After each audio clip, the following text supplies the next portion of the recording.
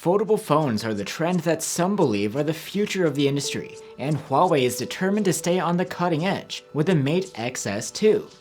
Like other Huawei devices, this phone doesn't have Google Services support, but is that a deal breaker? And how has the XS2 evolved since the previous model? I'm Will for GSM Arena, and let's find out in our full review. The Huawei Mate X series are foldable phones that feature two different design philosophies. The Mate X2 was inwards folding, like Samsung's Galaxy Z Fold. The Mate X S2 goes in a different direction.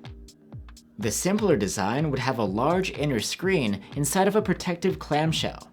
In contrast, the Mate X S2 wraps the display around the outside for a unique look. But you need extra steps to make sure the scratch-prone foldable screen stays safe this way. The new Mate X S2 isn't the first to feature the wraparound design, but it has been tweaked and refined. It's much lighter than the previous model at 255 grams, more along the lines of your typical large smartphone. While the device is folded, you have a 6.5-inch OLED display with a 19:9 aspect ratio. In this mode, the part of the screen covering the back is inactive. Pressing a button unlocks the latch and lets you unfold the screen. Then you get the full extent of the display, 7.8 inches with a 10.1:9 aspect ratio, essentially a small tablet. Besides one thicker part, where the important hardware is found, the rest is quite thin at 5.4 millimeters. On the back, the panel is made from some sort of plastic, and it has an engraved texture that feels a bit like leather.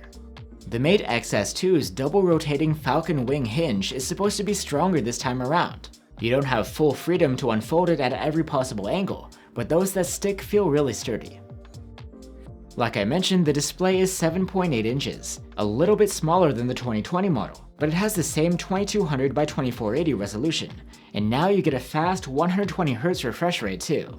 This makes your swiping and scrolling on the screen extra smooth and responsive. The refresh rate will dial down in certain situations to try and save energy too.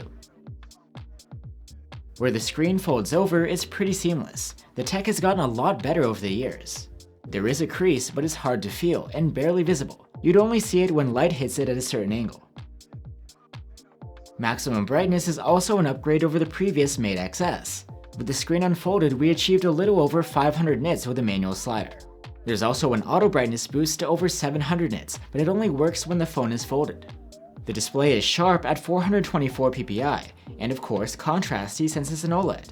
Colors are fairly accurate.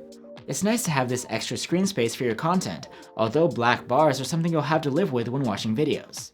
And although there is HDR10 Plus here, many platforms won't provide it because of the missing Google services. Again, you have to remember that this foldable display is plastic, and since it's on the outside of the device, it's always exposed. Huawei says there's a protective layer on top, but scratches are a concern. The Mate XS2 has a pair of stereo speakers on the opposite ends of the device. They earned a score of very good in our loudness test, and the sound quality is great, with clear vocals, crisp highs, and even some low end.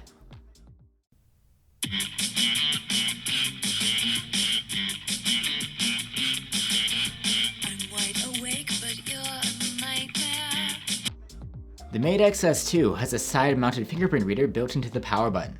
It's blazing fast and reliable. And for storage, Western markets have a single 512GB option. Expansion is possible but requires a Huawei NM card. Despite the lack of Google support, the Mate XS2 still runs on Android, but not the latest version.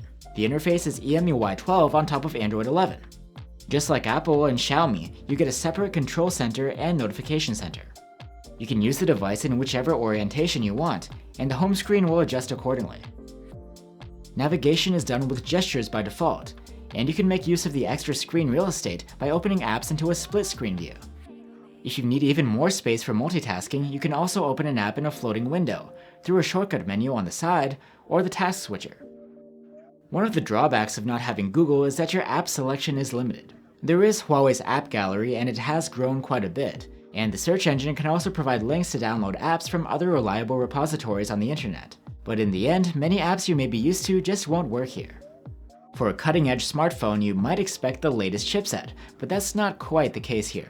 The Mate XS2 has a Snapdragon 888 from last year, just like the Galaxy Z Fold 3.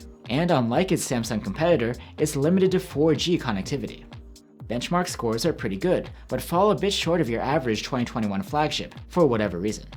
Sustained performance is about what you'd expect from a recent flagship phone. There is some noticeable thermal throttling after long periods of heavy use. The Mate Xs2 has a 4600 mAh battery, a decent size, but unfortunately the battery life is pretty disappointing here.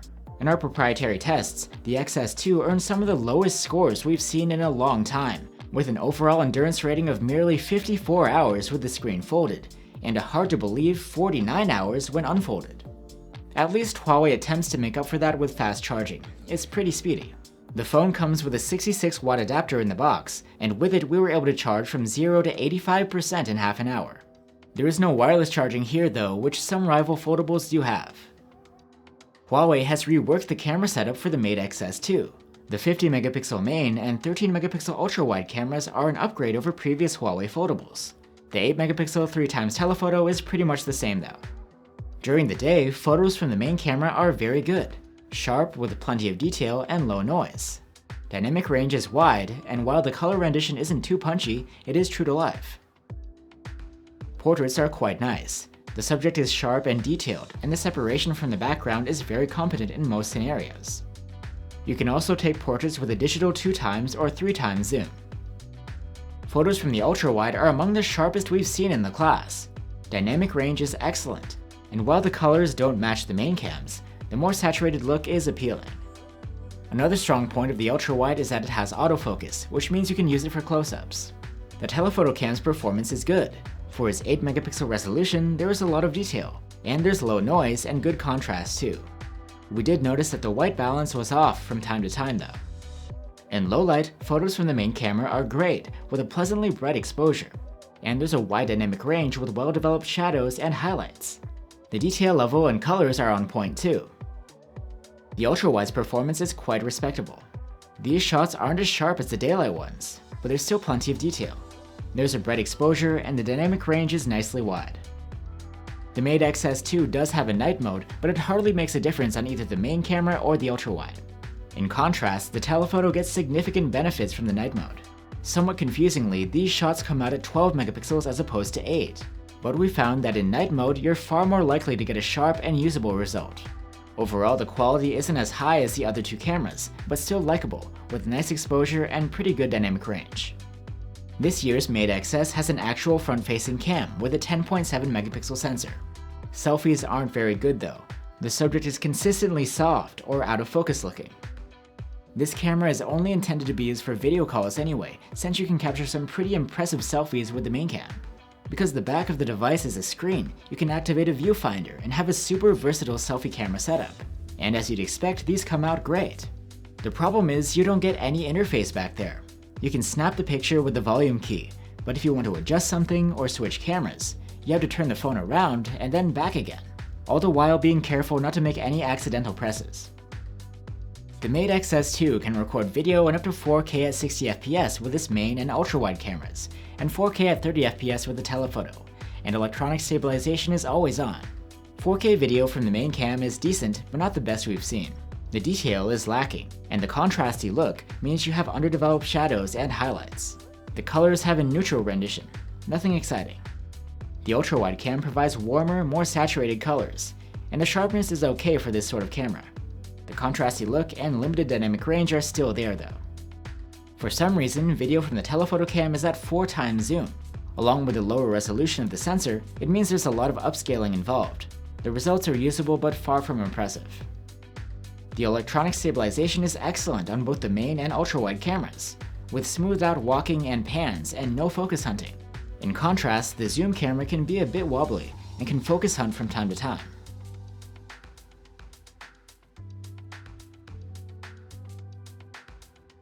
So that's the Huawei Mate Xs2. The wraparound form factor is lighter and more refined than the previous generation, and the screen is brighter and has a high refresh rate. Plus you get fast charging, nice stereo speakers, and great camera quality. There are some major downsides here though. We shouldn't mince words, the battery life is awful, and the fast charging only somewhat makes up for that. You don't get 5G connectivity here, and then there's the whole Google support thing, which would turn off many consumers by itself. And on top of it all, in many ways, the Mate Xs2 is comparable to last year's Galaxy Z Fold 3, but the Z Fold 4, with all the upgrades it has in store, is just around the corner. Overall, we commend Huawei for its innovation here, but realistically, the Mate Xs2 doesn't seem like it can be competitive, at least in Western markets. Thanks for watching, guys. Stay safe and see you on the next one.